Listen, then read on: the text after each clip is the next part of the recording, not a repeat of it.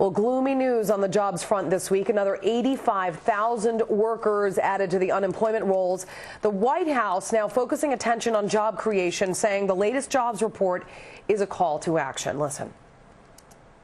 The sense that we need to do more is overwhelming, that we know there are things that have been working in the Recovery Act that are expiring, like some of the provisions for longer unemployment benefits, some of the state fiscal relief. I think that's going to be critically important to making sure we keep making progress. But look at this. Since April 2008, the unemployment rate has more than doubled. And today it is standing at 10%, a double-digit problem that's now become a hot political issue. So is this simply the White House's responsibility? And what does Congress plan to do about it on the floors of Capitol Hill?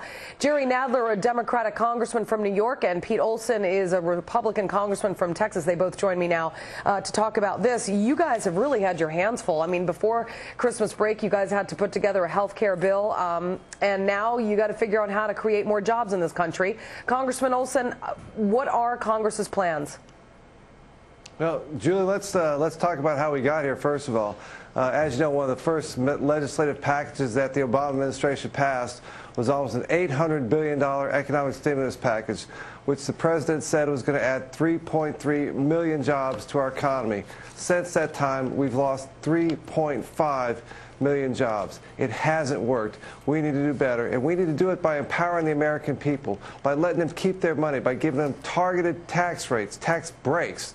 And again, let them control their money and get our economy back on its feet. Congressman Adler, you know, some economists feel that the president's $787 billion stimulus has actually helped avert even greater job losses. In fact, it has prevented more people from being unemployed. Had it not been for that stimulus, the number would be much higher. But, you know, others argue, Republicans especially, that the high unemployment rate proves that that $787 billion was an enormous waste of money. What does Congress foresee in the future regarding the potential of another stimulus? Because I understand that that is being considered. Well, let me say, first of all, that Mark Zandi, who was McCain's economic advisor, estimated last January that the stimulus bill that we were about to pass, then that we did pass, would reduce unemployment by 2% from what it otherwise would be, and that it would be 12 to 12.5% without the stimulus, and 10 to 10.5% would peak at with the stimulus. Obama's economic advisor, Christina Romer, estimated that it would reduce unemployment by 2%, same thing from what it would otherwise be, but that the situation wasn't as bad, that it would only go to 10% without the stimulus and 8% with. Obviously, Zandi was right. I do think that what we passed, which included a third of that so-called stimulus bill, remember, was tax cuts. And a third was aid to local governments, and a third was things like infrastructure and job creation. And it was essential to slow down the collapse in the economy. Remember, last January, when Obama took office in December, we were losing 750,000 jobs a month. We're still losing jobs. It's down to about 80,000 jobs a month. We've cut it by 9/10, which is good, but it's not good enough. Some of that stimulus is going to start wearing out next year. We should clearly do a number of things. One, we should pass legislation, which the House just did. We'll see what the Senate did. I don't think what we did was enough. We should pass legislation to put a lot of funding into creating jobs in infrastructure, roads, bridges, hospitals, mass transit, whatever, that create things that are good investments for the country, that put people to work. Secondly, we should give money to the states so that they don't have to lay off cops and firemen and teachers and so forth, or raise taxes, either of which are the two choices now, either of which is directly contrary to what the economy needs. And we ought to be doing that, and maybe some targeted tax cuts. But I have to say that the basic Republican plan, basic Republican complaint that, look, we've lost more jobs. You can't turn around an aircraft carrier in 100 feet. We were losing jobs at 750,000 a month. We had, during the Bush administration, the only 8-year period, as far as I can tell, in American history where we didn't gain net jobs.